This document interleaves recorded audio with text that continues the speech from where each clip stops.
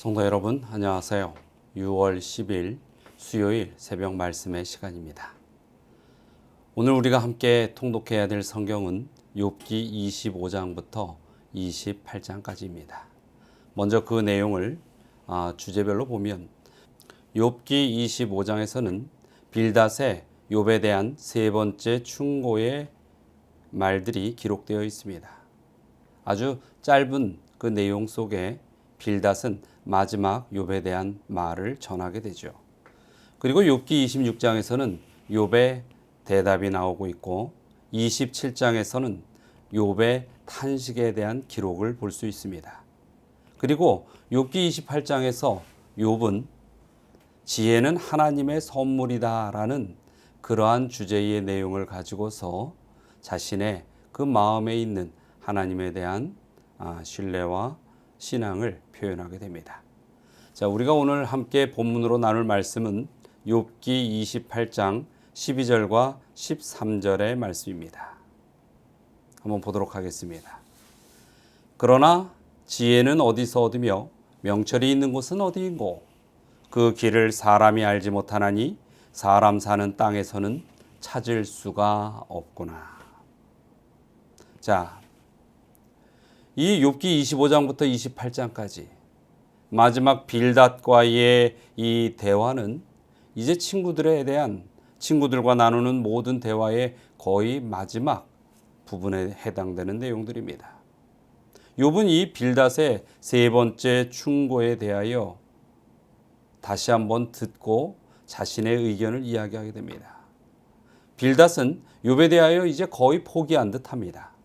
왜냐하면 세 친구가 돌아가면서 욥에 대한 그 고난이 죄로 인하여 왔음을, 그러니 회개해야 된다라는 이야기를 계속적으로 반복해서 전하지만은 욥은 그 친구들의 의견에 동의하지 않는 것이죠. 그래서 이제 이 빌닷은 그저 앞에 친구들의 의견을 다시 한번 반복해서 이야기하는 그 정도 수준에서 이야기를 하게 되는 것입니다. 욥은 이 빌닷의 마지막 충고에 대한 답변을 하면서 이제 지혜에 대한 이야기를 꺼내게 됩니다. 그러나 욥은 지혜를 이 쉽사리 찾지 못하는 사람들의 모습에 대하여 설명을 하죠. 지혜라는 것은 과연 무엇일까요? 이 소크라테스에게 있었던 사건에 대한 이야기입니다. 재판관이 먼저 소크라테스를 향하여 이렇게 물었습니다. 당신은 우리 아테네 시내에 돌아다니면서 젊은이들을 향하여 자신이 가장 지혜로운 자라고 선전했다는데 그 말이 사실인가? 그 질문에 소크라테스는 조금도 머뭇거리지 않고 대답합니다. 예, 맞습니다. 나는 분명히 지혜로운 자라고 그렇게 말했습니다. 이때 재판관은 뜻밖이라는 듯이 눈을 크게 뜨면서 소크라테스에게 다시 물었다고 합니다. 당신이 가장 지혜로운 자라는 것을 어떻게 증명할 수 있단 말인가? 어디 그 이유를 한번 분명히 말해 보시오. 그러자 소크라테스는 서슴지 않고 이렇게 대답했다고 합니다.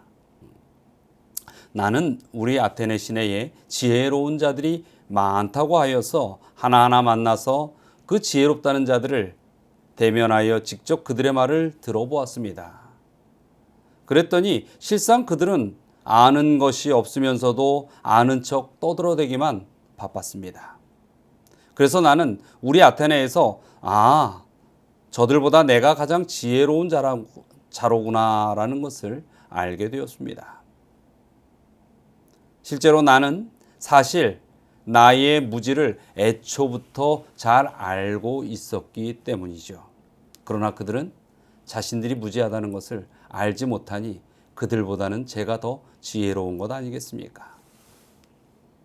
여러분, 우리가 이 세상에서 사람들과의 이 사회의 모습, 관계되는 모습들을 볼 때 어느 때는 지혜를 가지고 무지라고 비웃는 경우가 많기도 합니다. 또 반대로 무지를 가지고 지혜라고 치켜 세우는 일들이 우리 이 인간들의 사회 속에서는 많이 나타나기도 합니다. 자, 과연 이 소크라테스의 경험을 통하여 어떤 것이 가장 최상의 지혜요? 명철일까요? 욥기 28장 28절에 욥은 이 지혜에 대하여 이렇게 정의를 합니다. 또 사람에게 말씀하셨도다. 보라, 주를 경외함이 지혜요, 악을 떠남이 명철이니라. 그렇습니다. 욥이 고통과 고난 중에 있지만은 여전히 이 욥은 그 지혜와 이 땅에 있는 모든 것의 진리의 근본은 하나님에게로 있고 그 하나님을 경외하는 것만이 진정한 지혜다라고 정의를 내려주는 것입니다. 그리고 여기에 또 뭐라고 말씀하셨죠? 보라, 주를 경외함이 지혜요, 악을 떠남이 명철이니라. 여러분, 이 지혜를 가진 자들, 그들은 하나님을 보게 되고 진리를 깨닫게 됩니다. 그리고 악을 떠나게 되는 것입니다. 이것을 반대로 적용해 보면 어떻게 될까요? 반대로 여전히 악의 행동 속에 있다면 그것은 지혜롭지 못한 것이고 또 하나님을 제대로 경외하지도 않는 것과 마찬가지라는 것입니다.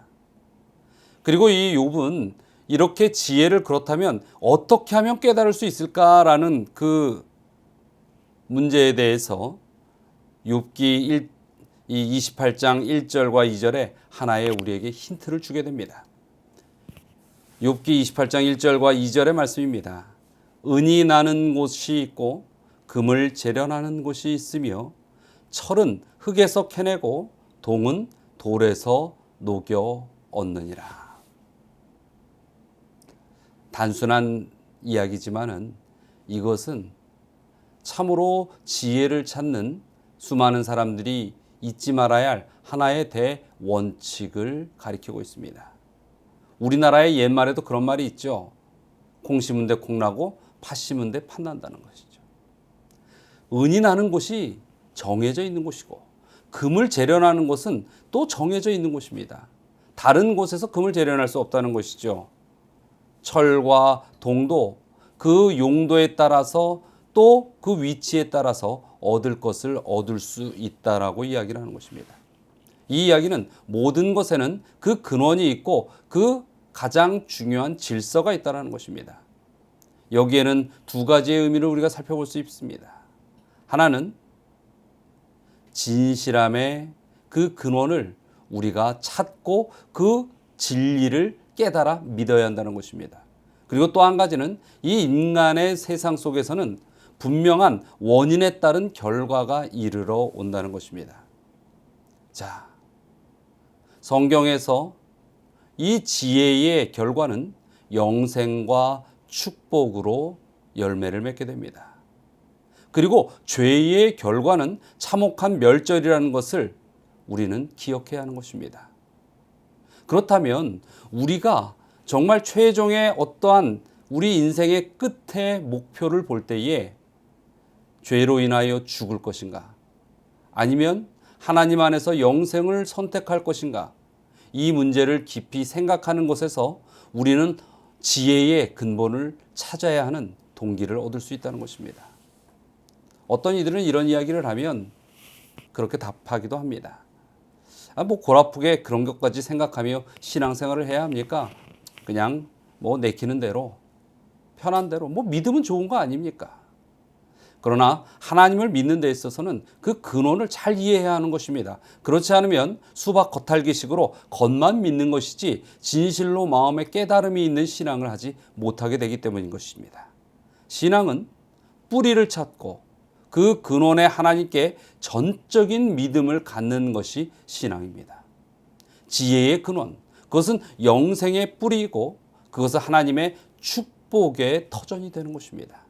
그래서 우리가 하나님을 경외하고 하나님을 경배하고 하나님을 향한 확고한 믿음을 가질 때에 우리는 온전히 지혜로운 사람, 하늘의 언약을 받은 사람으로 그렇게 살아가게 되는 것입니다. 우리 사랑하는 서울중앙가족 여러분, 지혜를 신앙으로 찾는 그러한 성도의 삶을 사시는 우리 모든 믿음의 가족들이 되시기를 이 아침에 간절히 소원합니다. 자, 오늘 우리가 함께 나눌 기도의 제목입니다. 첫 번째는 우리의 모든 지혜의 근본이 하나님께로부터 오는 그러한 생애가 되도록 기도하시게 되길 바랍니다. 또 우리 성도 두 가정을 위하여 기도드리겠습니다. 신철호 성도님 그리고 신혜미 집사님 가정을 위하여 함께 기도해 주시기를 요청드립니다. 자, 다 함께 기도하겠습니다. 사랑과 은혜가 많으신 하나님, 저희가 믿음을 가지고 살아가는 이 세상의 여정 속에서 믿으면서도 어리석은 삶을 사는 것이 아니라 주님을 경외하며 주님의 뜻 안에서 살아감으로 진정 빛이 나는 지혜로운 삶을 살아갈 수 있게 하여 주시옵소서. 또 신철호 또 신혜미 집사님 가정, 이 두 가정을 위하여 기도드립니다. 주님께서 그 가정들을 기억하여 주시고 또 사랑하는 자녀들과 모든 그 가족들이 이러한 어려운 시기에 육신의 어려움을 당하지 않고 강건한 몸으로 더욱더 주님을 경배하며 전혀 무너짐 없는 든든한 믿음의 삶을 살도록 축복하시고 보호하여 주시옵소서. 오늘 하루의 삶 속에서도 저희 모든 믿음의 가족들 어느 곳에 있든지 항상 주님을 마음에 품고 결코 죄의 유혹 가운데 쓰러지지 않는 그런 믿음의 삶을 살도록 인도하여 주시옵소서. 주님의 다함이 없는 사랑이 우리 모든 주님의 자녀의 가정에 함께 임하여 주시리라 믿고 감사드리며 예수 그리스도의 이름으로 기도드리옵나이다. 아멘.